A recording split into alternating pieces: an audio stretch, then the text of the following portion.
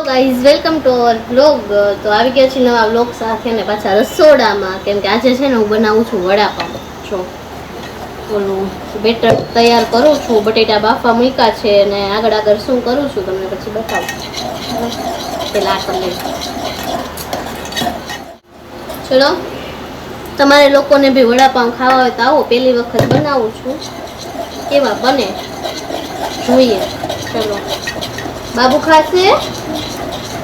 હે રસોડામાં જ બેઠી હોય આખો દી. હું છોકરી થઈને રસોડામાં એટલી નથી આવતી ને, પણ આમાં બુગુ છે ને આખો દી મમ્મીની વાહે, મમ્મી રસોડામાં હોય ને એટલે એમાં બુગી રસોડામાં જો રસોડામાં મમ્મી કાંઈક કરતા ને એટલે સામે આમ બેઠી હોય, જોતી હોય વળી એમ કાંઈક ખાઈ લેજો એને વગર કા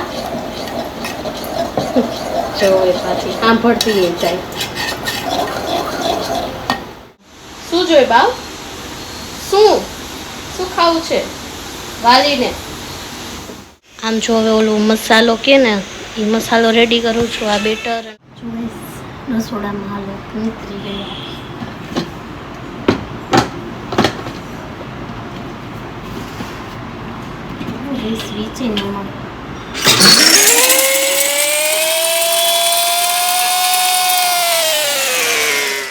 ના રે વડાપાઉં વાળે જે મસાલો આવે ને એ રેડી કર્યો. નીતરી ગયા કે પણ મસાલો રેડી થઈ ગયો. તો મસાલો ને આ તરાય છે. જો વડાપાઉં છે ને રેડી છે ને આમ છે. આ બધું મેં બનાવ્યું મસાલો કા મમ્મી? મારી મમ્મી હજી નથી ખાતું, પછી ઘીએ કેવું લાગે. શું જોવે તને? આવ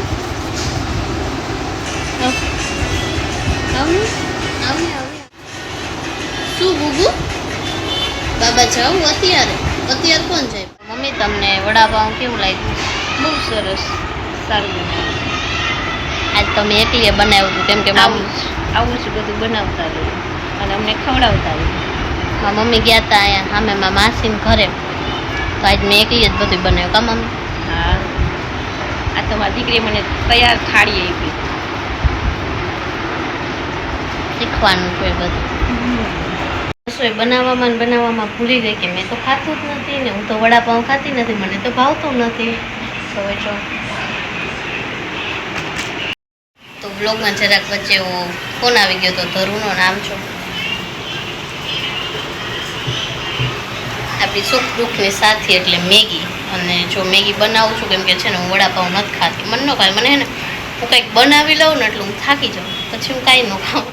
ત્યાં પણ મને ભૂખ લાગી તો મેં કીધું હું તો જમી જ નથી, તો હવે હું મેગી બનાવું છું મારી માટે. ને પછી તો ગાઈઝ મારી મેગી રેડી છે અને હવે હું મેગી ખાઈ લઉં. અને તો ચલો, આજ તો કાંઈ ધરું આવ્યા નહોતા કેમ કે એને સાઈડ ઉપરથી જમવા જવાનું હતું. મેં બનાવ્યા હતા મસ્તીના વડાપાઉં, પણ એના નસીબમાં નહીં હોય કેમ કે દાને દાને પર લિખા હે ખાને વાલે કા નામ. તો ચલો, આ હજી કેટલા 11 વાગ્યા, હજી ત્યાં સાઈટ ઉપર જ છે એટલે કંઈ ફ્રી નહોતા થયા. અને આજના બ્લોગ માટે આટલું જ, અને મળીએ કાલે ફરીથી નવા બ્લોગ સાથે નવા દિવસમાં. ત્યાં સુધી બધાને જય માતાજી.